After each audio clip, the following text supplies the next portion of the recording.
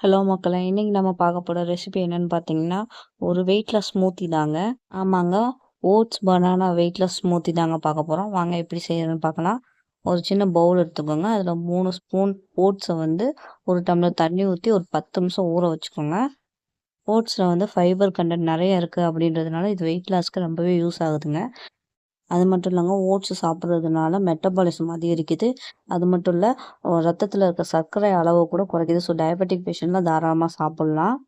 ஓட்ஸை வந்து காலையில பிரேக்ஃபாஸ்ட்டுக்கு எடுத்துக்கிட்டோம் அப்படின்னா, கொஞ்சமா சாப்பிட்டா கூட அது வயிறு ஃபுல்லா இருக்கும். அதேமாதிரி கரெக்ட்டா பசிக்கவும் ஆரம்பிச்சுரும். அதுக்கு தான் ஓட்ஸ் எடுத்துக்கிறோம்.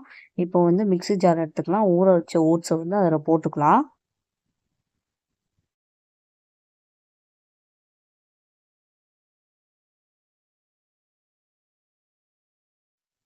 அடுத்தது வந்து நான் வந்து 5 பாதாம், 5 பிஸ்தா எடுத்திருக்கேங்க.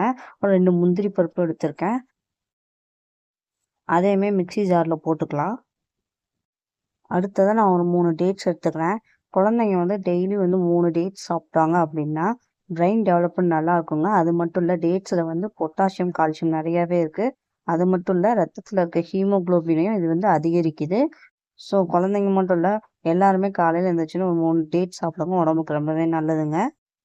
அப்புறம் ஒரு டிப்ஸ் சொல்றேன். எப்பயுமே சீட்லெஸ் டேட்ஸ் வாங்காதீங்க. ஏன்னா சீட்லெஸ் டேட்ஸ் இருந்துச்சுன்னா, அதுலேருந்து சிரப் எடுத்துட்டு மீதி தான் விப்பாங்க. ஸோ சீடோட இருக்கிறத வாங்குங்க. அந்த மாரி ஃப்ரெஷ்ஷா இருக்கிற டேட்ஸ் வாங்கிக்கோங்க. பொதுவாவே நம்ம சாப்பிடுற உணவுல என்னென்ன சத்துக்கள் இருக்கு அப்படின்னு தெரிஞ்சுட்டு சாப்பிடுங்க. உணவே மருந்தா இருக்கணும். மருந்தே உணவா எப்பயுமே இருக்கக்கூடாது. அடுத்தது வந்து நான் ஒரு வாழைப்பழம் எடுத்திருக்கேங்க. வாழைப்பழத்துல சொல்லவே வேணாம். அவ்ளோ சத்துக்கள் இருக்கு. இதுல 75% வந்து வெறும் தண்ணி தாங்க இருக்கு. ஸோ நம்ம பிரேக்ஃபாஸ்ட்டுக்கு வாழைப்பழம் எடுத்துக்கிறது ரொம்பவே நல்லது.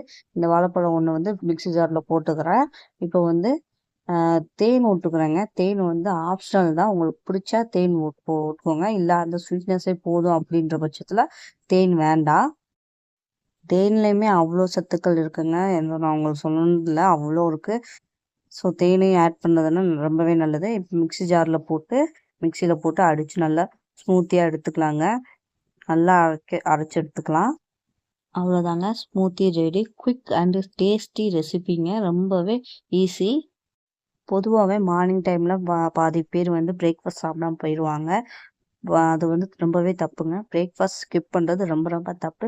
ஸோ இந்த மாரி டக்குன்னு ஒரு ஸ்மூத்திய போட்டு குடுத்துட்டீங்கன்னா, அவங்களுக்கு கரெக்ட்டா 11:30க்கு வந்து பசி எடுத்துருங்க. கிட்டத்தட்ட 2 மணி நேரம் தான் தாங்கும்.